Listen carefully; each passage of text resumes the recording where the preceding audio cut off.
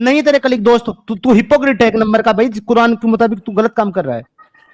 कुरान तुझे नहीं कह रहा है कि तू दोस्त बना उनको, कुरान मना कर रहा है तेरे को। हमारी हेल्प करते हैं, हम उनकी हेल्प करते हैं।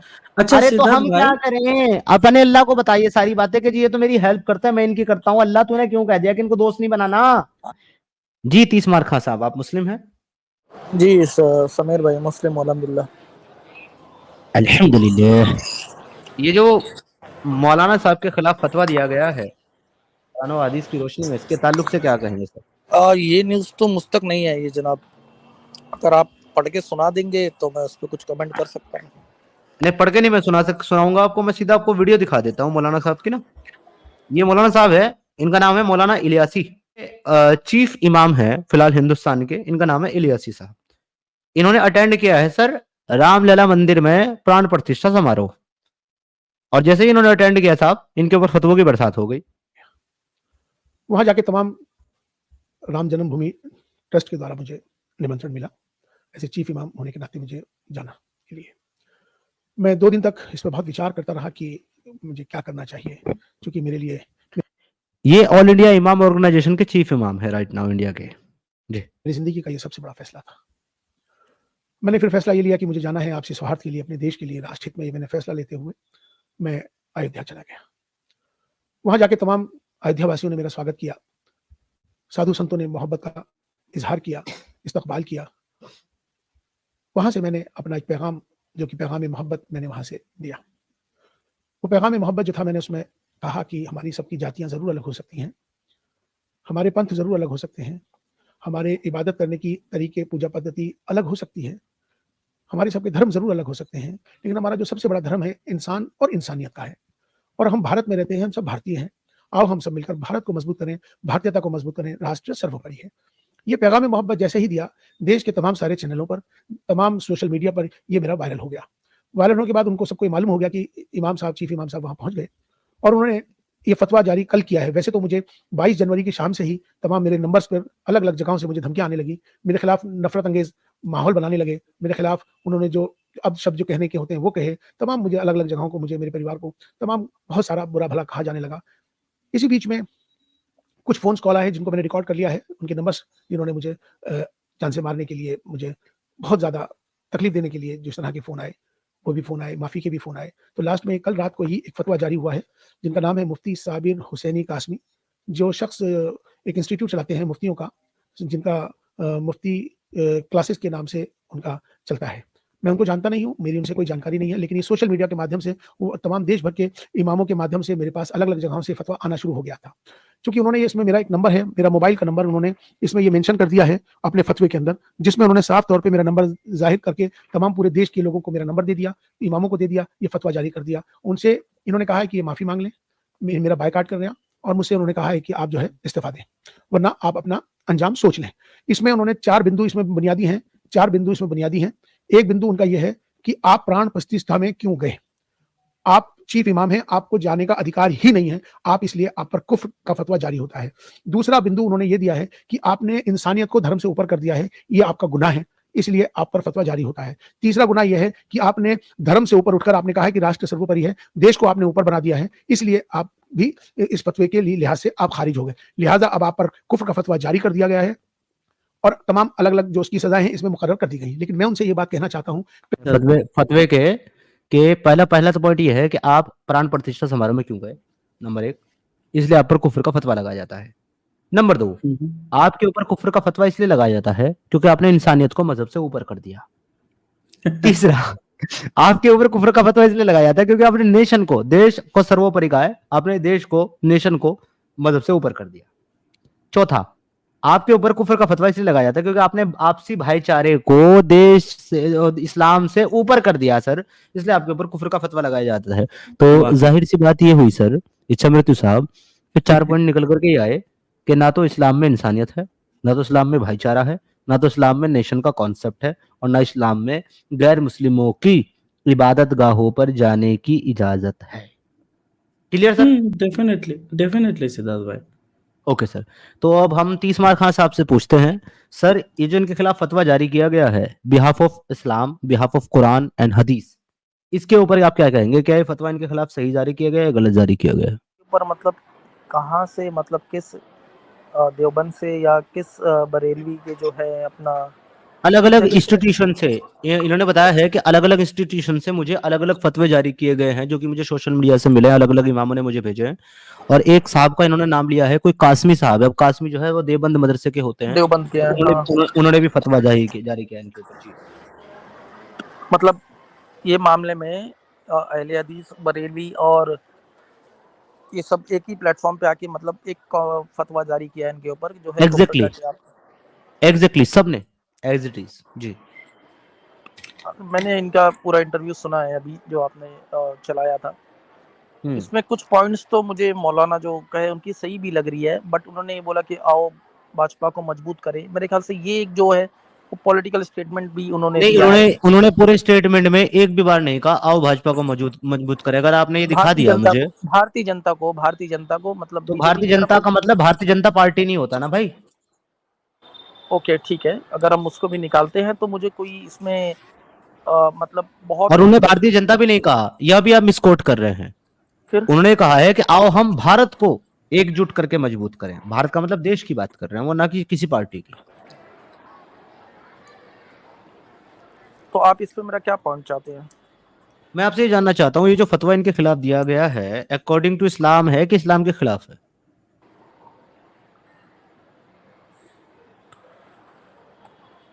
नहीं मतलब इतना जल्दी देखिए, मैं अपने पर्सनल पॉइंट ऑफ व्यू से बोलता हूँ कि इतना जल्दी किसी मुद्दे पे नहीं पहुंच के जो है ये जारी करना चाहिए था इनको। ठीक है, बहुत मतलब अभी वो मैं सिद्धार्थ समझता भाई हूँ। आपकी टीम पे मोमिन आना कम हो गए, क्या धर्म संकट में गिराते हो आप भी सर बात यार। ये है, इच्छा मृत्यु भाई का कहना ये है कि इतना जल्दी नहीं करना चाहिए, जबकि भाई को ये पता ही नहीं है कि कितना जल्दी फतवा दिया गया है। भाई मैं आपकी जानकारी के लिए बता दूं, 22 तारीख को ये गए थे और ये हाँ। फतवा जो है इनके खिलाफ कल 2 तारीख को जारी किया गया है, यानी कि पूरे 10 दिन वेट करने के बाद, जब इन्होंने कहा था कि मैं माफी नहीं मांगूंगा। नहीं, मुझे इसमें कोई ऐसी बात नहीं लगती है। देखिए हम भी, मैं खुद एज अ मुस्लिम, कैसी बात? मतलब गलत बात नहीं लगती है, क्योंकि मैं एज अ मुस्लिम मैं अपने दोस्तों के भी जब उनके फेस्टिवल्स होते हैं तो उनमें जाता हूँ। और देखिए मैं उनमें जाता हूँ तो वो मेरे उसमें भी आते हैं, तो हमको भी बहुत आपको खुशी इस्लाम होती है। इजाजत देता है? आपको ऐसा करने की इजाजत देता है इस्लाम? ऐसा मना तो नहीं कहे कि डायरेक्टली कहीं मना हो कि आप एकदम आपने डीप कहा डाउन है में आपने कहा है कि आप अपने गैर मुस्लिम दोस्तों के फेस्टिवल में जाते हैं, यही आपने बात कही है? मतलब उन सेलिब्रेट करते हैं अपने हाँ, लिमिट तक, अच्छा माशाल्लाह, सेलिब्रेट भी करते हैं, मतलब आपके दोस्त लिमिट है ना तक। वो गैर मुस्लिम? जाहिर सी बात है यार, मेरे काफी ओके, कलीग्स हैं और दोस्त तो हैं सर गैर आपको गैर मुस्लिम। मुस्लिमों को दोस्त बनाने की इजाजत है इस्लाम में? बिल्कुल है। अच्छा, साबित करें जरा, कुरान की कोई आयत या हदीस पेश करेंगे आप गैर मुस्लिमों को दोस्त बना सकते हैं, शो मी। वो मैं कुरान से क्यों साबित करूं? क्योंकि इस्लाम कुरान से आया है, आपके मुताबिक नहीं चलेगा। आप साबित करो कि नहीं है। बिल्कुल कर देते हैं, ये लो आपकी स्क्रीन पे आगे 3:28 पढ़ें। ला यत्तखिजुल मुमिनुल काफिरीना औलिया मिन दुनिल्लाहिल मुमिनीन व मन यफअल ज़ालिका फलैसा मिनल्लाहि फी शैइन इल्ला अन तत्तकू मिनकुम तुकाता व यअज़्ज़ुरुकुमुल्लाहु नफ्सुहु व इलल्लाहिल मसीर। मोमिनों को चाहिए कि ईमान वालों को छोड़कर काफिरों को अपना दोस्त ना बनाएं, और जो ऐसा करेगा वो अल्लाह की किसी हिमायत में नहीं है। लो सर, मैंने साबित कर दिया। अब आप बताएं कैसे दोस्त हैं आपके गैर मुस्लिम? मेरे भाई इसकी तफसीर आप देखेंगे तो ये कहीं ना कहीं किसी पॉइंट पर जाकर उस तफसीर देख लेंगे सर। सर तफसीर देख लेते हैं। सर कौन सी तफसीर खोल दूं? देखिए तफसीर इब्ने ये, कसीर खोल दूं सर? हाँ खोल दीजिए, वही खोल दीजिए। आपने पढ़ी है तफसीर? मैं उसको फॉलो करता हूँ, उसी को उसकी ही तफसीर लेता हूँ। किसकी तफसीर? अभी जो आपने नाम बताया इब्ने कसीर। ओके सर, ये खोल दी सर मैंने। इंग्लिश में पढ़ना चाहेंगे सर? इंग्लिश में खोल दूं? लीजिए सर, इंग्लिश में खोल देते हैं। गो अहेड सर, पढ़िए sir. Splitting Turk Mawalat, here Allah Ta'ala तुर्क, commands नॉट टर्क, तुर्क। okay, Turk Mawalat, and say that it's not appropriate for Muslims to be friends with the infidel and just love them, but they should have harmony and love with believers. Allah will be completely disgusted by this, as elsewhere there is a verse to them with love and guidance. That Muslim do not make friend with me and your enemies, and instead he said, O believer, these Jews and Christians are friend of each other. Whoever making you befriend them Whoever is with them. among you befriend them is with them. Referring to the brotherhood of Mujahid, Ansar and other believers He said that the unbelievers are well wishers and friends of each other. If you do not do the same, the sedition will spread in the land and great disorder will arise. However, leave was given to these people who at some point of ठीक है इसमें मना किया but उसमें conditions भी तो आगे दी है ना कि आप ऐसा क्या कंडीशन है?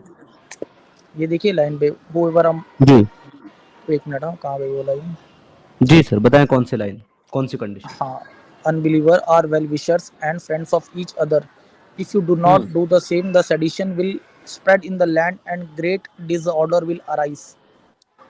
तो अगर आप जो जो अनबिलीवर हैं वो आपस में एक दूसरे के दोस्त हैं, इसलिए तुम भी ऐसा ही करो। अगर तुम ऐसा नहीं करोगे तो जमीन में फसाद फैल जाएगा। तो ये तो तुम्हारे अल्लाह की सोच और तुम्हारे स्कॉलर की एक्सप्लेनेशन है। ओवरऑल आपको गैर मुस्लिमों को दोस्त बनाने की इजाजत नहीं है। तो कैसे दोस्त हैं आपके गैर मुस्लिम भाई, जरा बताएंगे मुझे? भाई मेरे वो वही बोल रहा हूँ ना, हालात जो है उस टाइम पे क्या थी आपको नहीं मालूम है आज, लेकिन इसमें वैसा लिखा हुआ है कि हालात बदलने पर, इसमें लिखा हुआ है कि हालात बदलने पर तुम भी अपना डिसीजन बदल लो। ऐसा तो नहीं लिखा है। तो फिर कैसे बदल लिया? हालात बदलने पे तो सिस्टम बदल जाता है, क्योंकि अगर आप देखेंगे कि एक इस्लाम मेजोरिटी देश जहाँ पे होता है वहां पे मतलब मुसलमानों का रवैया, और एक जैसे जो है इस्लाम माइनॉरिटी देश में वहां पे मुसलमानों का रवैया वो तो बदल जाता है सिद्धार्थ भाई। तो हालात बदलने पे तो इनका बदलता है सिद्धार्थ भाई। जैसे जैसे इच्छा मृत्यु भाई जैसे जहाँ पे मुसलमानों का काउंट कम है वहां पे तुम लोगों को चाहिए पूरा डेमोक्रेसी, और जहाँ पे काउंट ज्यादा है वहां पे करो शरिया लागू। एग्जाम्पल के तौर पे बताइए 2-3। सिद्धार्थ भाई इनको एग्जाम्पल चाहिए अभी तक। एग्जाम्पल ये एग्जाम्पल बहुत सारे हैं भाई। एग्जाम्पल अफगानिस्तान है, एग्जाम्पल सीरिया है, एग्जाम्पल इराक है, एग्जाम्पल कश्मीर है, एग्जाम्पल आपका जो है गाजा पट्टी है, एग्जाम्पल पाकिस्तान है, example Afghanistan. Many example are there. कौन सा एग्जाम्पल चाहिए? वो तो कम्प्लीटली ही मुस्लिम स्टेट है ना समीर भाई। एग्जैक्टली तो वो कम्प्लीटली मुस्लिम स्टेट बनाने के लिए कितना खून बहाया गया है वो अभी तो आप जानते होंगे ना। 99% जो है वो अफगानिस्तान रहा है, और बाकी आप जब अफगानिस्तान तालिबान के हाथ में नहीं था तो वहां पर 99 छोड़ दीजिए, वहां पे 40% भी शरिया नाफिज नहीं था। तालिबान ने आकर के 100% कर दिया। बहुत अच्छा कंडीशन में था सिद्धार्थ भाई, अफगानिस्तान को पूरा बर्बाद कर दिया। इतना बुरा कंडीशन कर दिया कि अफगानिस्तानियों को वहां से भागने पर मजबूर कर दिया, और लोग जो है ना वो प्लेन के ऊपर चढ़ के बैठ गए कि जी चाहे हमें हवा में लहराते हुए ले चलो, लेकिन हमें ले चलो इस मुल्क से बाहर। वो तो 1% से भी कम है ना। वो 1% और 2% आप निकालो। मैं कह रहा हूँ अगर एक भी आदमी भाग रहा है तो वो परेशान है वहां से। क्यों यार? लोग तो इंडिया भी छोड़ रहे समीर भाई। अरे तो यार लोग तो तुम भी छोड़ दो ना भाई। तो तुम किसकी इंतजार में बैठे हो? नहीं, अब आप मेरी बात समझ, लोग तो इंडिया भी तो छोड़ गया। आपका कुरान तो आपको कह रहा है ना छोड़ने के लिए इंडिया। आपका कुरान आपको इंडिया छोड़ने के लिए कह रहा है, क्यों नहीं छोड़ते? नहीं भाई, जहाँ पैदा हुए वहीं रहेंगे ना, छोड़ेंगे नहीं रह सकते अकॉर्डिंग टू इस्लाम। पढ़ लो। बताइए।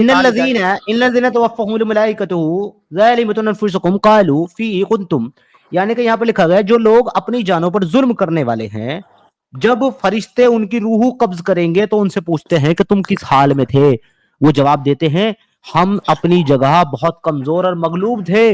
हम जिस जगह पर थे, जिस मुल्क में थे, वहां बहुत कमजोर थे और मगलूब थे। वहां पर गैरों की हुकूमत थी। हम मगलूब थे, गालिब नहीं थे।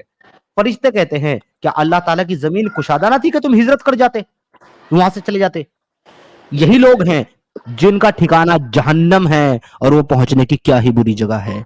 तुम तो जहन्नम में जाओगे सारे हिंदुस्तानी मुसलमान। तुम क्यों रह रहे हो काफिरों की उसमें? तुम हिजरत क्यों नहीं करते यहाँ से? तुम्हारा कुरान कह रहा है तो क्यों बेटे हिंदुस्तान में जाओ? अब मेरे को एग्जैक्ट नहीं पता, बट ये किसी ना किसी वक्त आ जाता होगी हिजरत। बस वक्त आई होगी। आज क्यों है तुम्हारे कुरान में? अगर किसी वक्त के लिए तो आज क्या कर रही तुम्हारे कुरान में? ये तो कुरान में तो है, वो चेंजेस तो होगा नहीं। अगर कुरान में है तो आज मानते हो इस आयत को कि नहीं मानते? ये सुन लो। चार मानते हो तो फिर ये क्यों कह रहे हो किसी वक्त के लिए, जब तुम आज भी मान रहे हो उसको? तो हमारे ऊपर जुल्म नहीं हो रहा है, हम क्यों हिजरत करें? ओके, तुम यहाँ गालिब हो या मगलूब हो? गालिब भी नहीं है ना मगलूब है। कौन कह रहा है तुम मगलूब नहीं हो? तुम्हारे ऊपर अगर दूसरे की हुकूमत है तुम मगलूब हुए कि गालिब हुए? नहीं, हमको उतना प्रिविलेज मिल रहा है यहाँ पर, मतलब अरे प्रिविलेज मिल रहा है वो ठीक है, प्रिविलेज मिल रहा है। वो प्रिविलेज जो है हम काफिरों की इंसानियत और काफिरों की दयालुता के तुम्हें प्रिविलेज दे रहे हैं, वरना तुमने तो कितनी प्रिविलेज दी है अफगानिस्तान और पाकिस्तान में, वो तुम खुद बता रहे हो कि 100% का वहां पे शरिया हुकूमत है। इतनी प्रिविलेज तुमने दी है।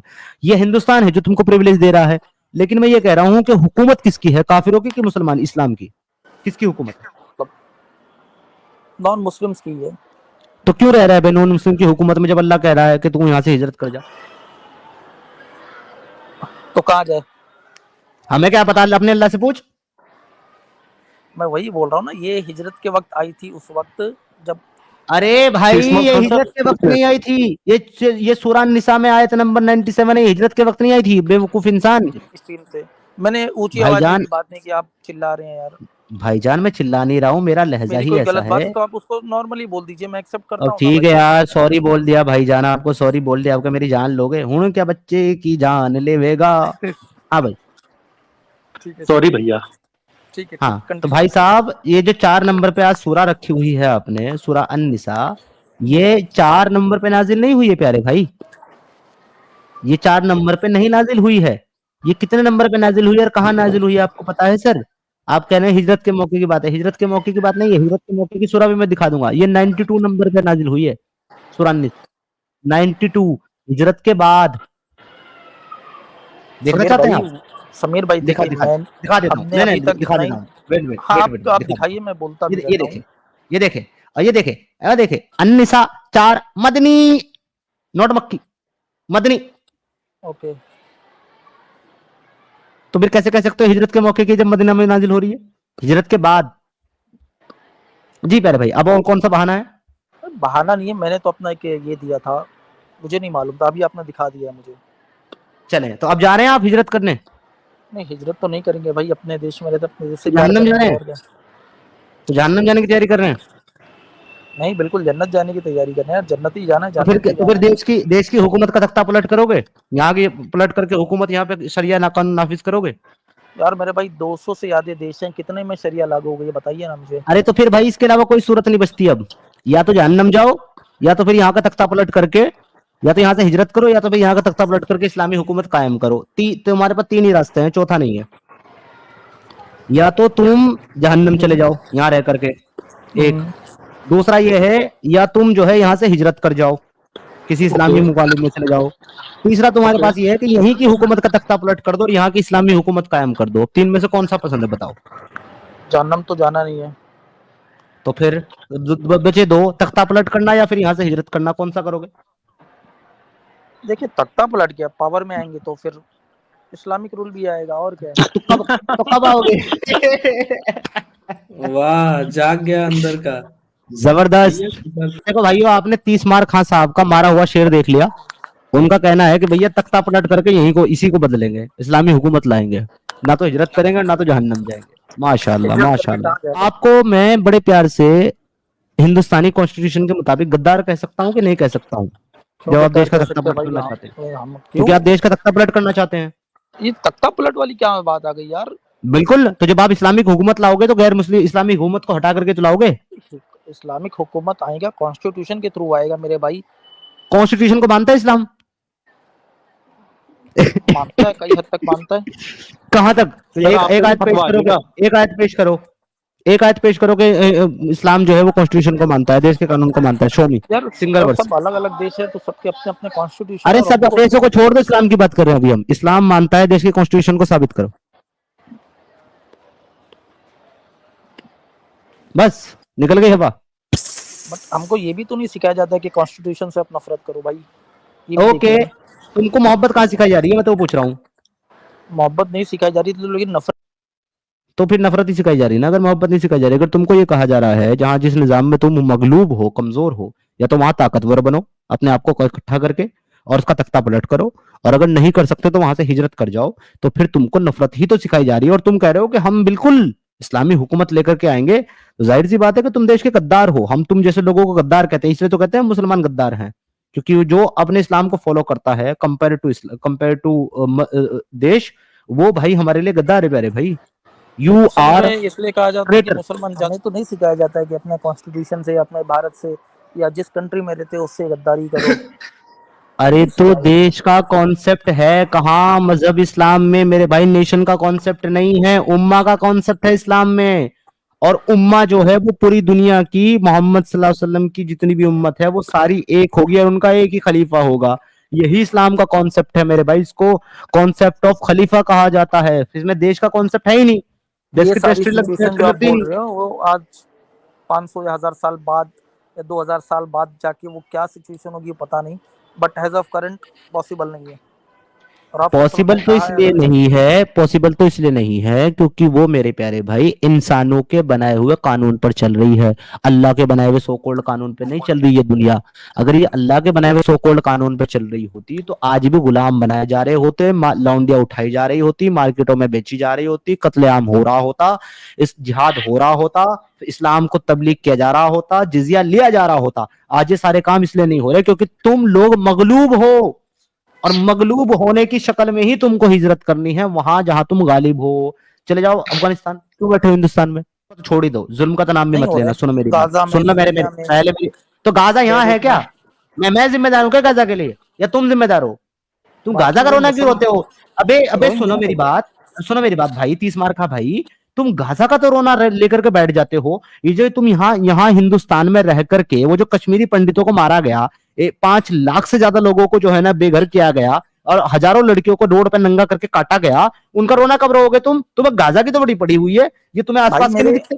ये जो तुम्हारे पड़ोसी मुल्क में पाकिस्तान में वो जो हिंदुओं को इतनी बुरी तरीके से रखा गया है कि वो अपनी इबादत नहीं कर सकते, वर्शिप नहीं कर सकते, मंदिर नहीं बना सकते, उनकी लड़कियां उठा करके तुम लोग जो है ना सीधा ले जाते हो और बाबों के साथ निकाह कर देते हो, और उनसे कहते हो कि इस्लाम कबूल करके निकाह कर दिया, उस पर तुम कभी बात नहीं करो। गाजा तुम्हारा रिश्तेदार लगा हुआ है, तेरा मेरा रिश्ता क्या ला इलाहा इल्लल्लाह मोहम्मद रसूल अल्लाह है, तो वो उनके साथ रिश्ता नहीं होता ना तुम्हारा इंसानियत का। इसलिए तो बोलता हूं तुम्हारे इस्लाम में इंसानियत नहीं है। तुम्हारा जहां जहां दीनी भाई तुमको दिखाई देगा ना, चाहे वो 1 करोड़ मील रहता हो तुमसे, वो तुम्हारा भाई है। लेकिन तुम्हारे घर के बाजू में अगर कोई काफिर रह रहा है तो वो तुम्हारा दुश्मन है। तुम्हारी यही तुम्हारी तुम्हारे कुरान ने फिर साबित करो तुमको, साबित करो तुमको। मेरे कलीग्स हैं, मेरे दोस्त हैं, नॉन मुस्लिम है, मैं उनके साथ नहीं है, नहीं तेरे कलीग दोस्त, तू हिपोक्रेट है एक नंबर का भाई। कुरान के मुताबिक तू गलत काम कर रहा है। कुरान तुझे नहीं कह रहा है कि तू दोस्त बना उनको, कुरान मना कर रहा है। हमारी हेल्प करते हैं, हम उनकी हेल्प करते हैं। अच्छा, अरे तो हम क्या करें? अपने अल्लाह को बताइए सारी बातें कि जी ये तो मेरी हेल्प करता है, मैं इनकी करता हूँ। अल्लाह तूने क्यों कह दिया कि इनको दोस्त नहीं बनाना? ये इससे पूछना अपने अल्लाह से, मैं क्या करूं? देखिए, जब तक वो मेरे religion, the believer do not take the unbeliever from among the believers. जो मुसलमान हैं, जो बिलीवर्स हैं, वो नॉन मुस्लिम को अपना दोस्त मत बनाओ मुसलमानों को छोड़कर। ये तुम्हारा अल्लाह कह रहा है, मैं थोड़ा ना कह रहा हूँ। क्यों बनाया तूने दोस्त गैर मुस्लिमों को? मुसलमानों को छोड़, मुसलमान मर गए थे क्या तुम्हारे मोहल्ले में? इसके ऊपर मैं जो है अपने इमाम साहब से पूछूंगा कि फिर मैं हो सके तो नेक्स्ट स्ट्रीम में अगर आऊंगा, याद रहेगा तो मैं इस पे जवाब दूंगा। मुझे आप जरा इसका सूरा और 328 नंबर 3 आले इमरान की आयत नंबर 28। हाँ जी, 30 मार्क खान साहब, अगर जवाब ना मिला तो क्या करेंगे? मैंने कह दिया। अरे टीम मेंबर सुनो, तुम ईमानी बुलबुला नहीं देख रहे हो क्या? अगर भाई को जवाब ना मिला और भाई को ये समझ में आ गया कि जैसे मुझे बताया है सिद्धार्थ भाई ने या समीर भाई ने, या जैसे आयत कह रही है वैसा ही है, तो मैं अपने सारे दोस्तों को छोड़ दूंगा यार। सिंपल सी बात है, इस्लाम थोड़ा ना छोड़ेंगे भाई का सीधा। हाँ, तो यही तो मैं कह रहा हूँ, तो मैं भी तो यही कह रहा हूँ यार। बट कभी मैंने ऐसा सुना नहीं किसी इमाम से या मौलाना से कि अपने दोस्तों को, इमाम को छोड़िए सर, आप अभी कुरान उठाइए अपने घर में। मैं कहता हूँ इमाम को छोड़िए, आप 3 के 28 पढ़ लीजिए, आप अभी पढ़ लीजिए और इसी स्ट्रीम पे कह दीजिए समीर गलत है, बात खत्म हो जाएगी ना। तो आप खुद पढ़िए धीरे धीरे, और मतलब ऐसा नहीं कि आपको आके एक्सेप्ट करना पड़ेगा या फिर आके ऐसा बोलना ही पड़ेगा। आप खुद पढ़िए, खुद रियलाइज करिए, तब आपको पता चलेगा। फिर अगर लगे आपको आके बात करना है तो आप आके बात कर सकते हैं। मैं तो मेरा मतलब सोचना थोड़ा सा डिफरेंट है सिद्धार्थ भाई और टीम मेंबर भाई से, कि देखिए यहाँ पे मेरा सोचना डिफरेंस इसीलिए है कि आप जिस तरह से इस्लाम को फॉलो कर रहे हैं, जैसे आपके हिंदू दोस्त है, आप उनके त्योहारों पे जाते हैं, आपके जैसा अगर हर कोई फॉलो करने लगे, मेरे को घंटा फर्क नहीं पड़ता आप इस्लाम छोड़े कि इस्लाम में रहे, ठीक है। लेकिन अगर आप उस तरीके का कट्टर वाला मोमिन बनते हैं जहाँ पे आपसे दूसरे लोगों को खतरा है, तब मुझे आपसे प्रॉब्लम है। जी सिद्धार्थ भाई कंटिन्यू। भाई देखिए, मैं कहता हूँ ना तुमको कि मेरे जितने मोमिन दोस्त हैं ना, उनसे अच्छे मेरे नॉन मुस्लिम दोस्त हैं। मैं उनको बहुत भाई मानता हूँ अपना। उनकी अगर कोई परेशानी होती है ना, तो मैं उसी तरीके से करता हूँ मेरे भाई। मैं कोई डिफरेंस नहीं रखता हूँ। सर आप समझ क्यों नहीं रहे? इसका रीजन एक ही है, इसका रीजन एक ही है, क्योंकि आप एक अच्छे इंसान हैं। जिन्होंने कुरान लिखा, हदीसें लिखा, उनसे कहीं ज्यादा बेटर आपका जो है मतलब आपके अंदर का इंसानियत है। तो डेफिनेटली इसको मैं अप्रिशिएट करता हूँ। लेकिन खुद पढ़िए कि जिस स्क्रिप्चर्स को आप ऊपर-ऊपर से फॉलो करते हैं, मतलब जुम्मे का नमाज में सिर्फ जो अच्छी-अच्छी बातें बोली जाते हैं, लेकिन उनके अंदर भी जाके अगर आप देखेंगे तो इतना गंदगी भरा पड़ा है। आप अगर खुद पढ़ेंगे तब आपको पता चलेगा। जी सिद्धार्थ भाई। ये आप लोगों ने, मैं भी यही कहता हूँ कि भाई जो है ना वो बहुत अच्छा आदमी है, क्योंकि उसके फ्रेंड जो है ना वो नॉन मुस्लिम है, और मेरे हिसाब से ना ये उतनी ही अच्छाई जो ना हमारे नॉन मुस्लिम भाइयों की भी है कि वो बेचारे जो है ना हमारे मुस्लिम भाइयों से भी दोस्ती रखते हैं, ये जाने बिना कि उनकी अपनी किताब में उनके बारे में कितनी अच्छी-अच्छी हसीन बातें लिखी हुई हैं। जहाँ काफ़िरों को एक तरफ जो है वर्स्ट ऑफ क्रिएशन कहा जा रहा है कि दुनिया की सबसे बदतरीन मखलूक जो अल्लाह ने पैदा की है वो काफ़िर हैं, और दूसरी तरफ ये कहा जा रहा है कि ये अंधे हैं, बहरे हैं, गूंगे हैं, सुम्मुन बुकमुन उम्मुन फहुम ला यरजिऊन, ये गूंगे हैं, बहरे, अंधे, ना सुनते हैं, ना देखते हैं और ना मानते हैं। तो और तीसरी तरफ उनको कहा जा रहा है या अय्युहल्लज़ीना आमनू इन्नमल मुशरिकूना नजसुन 9 के 28 कि ए ईमान वालों खूब समझ लो, काफिर और मुशरिक जो हैं ये टट्टी हैं, पलीत हैं, नजस हैं। तो जहां इतनी प्यारी-प्यारी बातें काफिरों के लिए कही जा रही हो और फिर भी वो दिल बड़ा करके किसी मुसलमान भाई को अपना दोस्त बना रहा है, तो मेरे हिसाब से तो ये एक मुसलमान से ज्यादा उस नॉन मुस्लिम की ज्यादा दरियादिली में मानता हूँ, जो अपने बारे में ऐसी-ऐसी गालियाँ सुनने के बाद भी एक मुसलमान को और उस किताब के मानने वाले को अपना दोस्त बनाए। साथ नहीं ही तो साथ हम मैं तो आपको कौन भी डालेंगे अप्रिशिएट यार। करूंगा साथ ही साथ मैं आपको भी अप्रिशिएट करूंगा तीस मार्का भाई कि आप भी बहुत अच्छे इंसान हैं कि गैर मुस्लिमों से दोस्ती कर रहे हैं।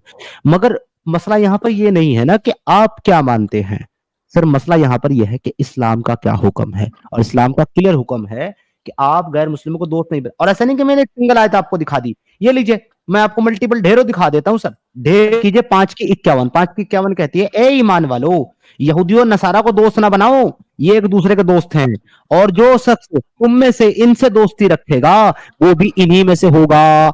बेशक खुदा जालिम लोगों को हिदायत नहीं देता, अल्लाह ने तुम्हारे जैसे लोगों को जालिम कहा है। मिस्टर तीसमार खां, आवाज अब तुम चले जाओगे 5 की 82 पे, अब यहाँ पर 82 देख लो। नहीं यहूदी नसारा मेरे दोस्त नहीं है, सब हिंदू ही मुशरिक है ना, मुशरिक है ना, ये लो 82 पढ़ो, लिखोगे मोमिनों के साथ सबसे ज्यादा दुश्मनी करने वाले यहूदी और मुशरिक हैं। 5 की 82 नोट कर ले भाई। तो ये हिंदू तो मुशरिक है, शिर्क करते हैं, कैसे दोस्ती रख ली तुमने? सिचुएशन वैसी नहीं है अभी लोग। अरे यार तुम अकॉर्डिंग टू सिचुएशन मानते हो कुरान को कि परमानेंट मानते हो, पहले मुझे ये क्लियर कर दो। वो तो ईमान है कुरान हमारा यार।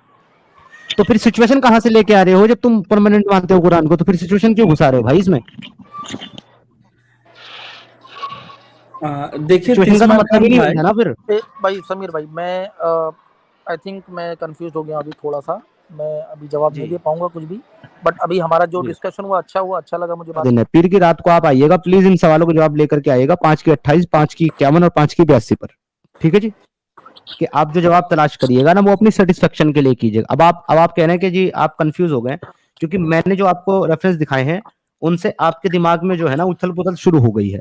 अब आपने जवाब तलाश करने हैं अपने दिमाग को शांत करने के लिए, सुकून देने के लिए। अगर किसी का भी जवाब आपको सेटिस्फाई करता है तो आप मुझे बता दीजिएगा कि देखो जी मुझे फला आदमी ने फला जवाब दिया, मुझे सेटिस्फैक्शन है उससे, ठीक है जी?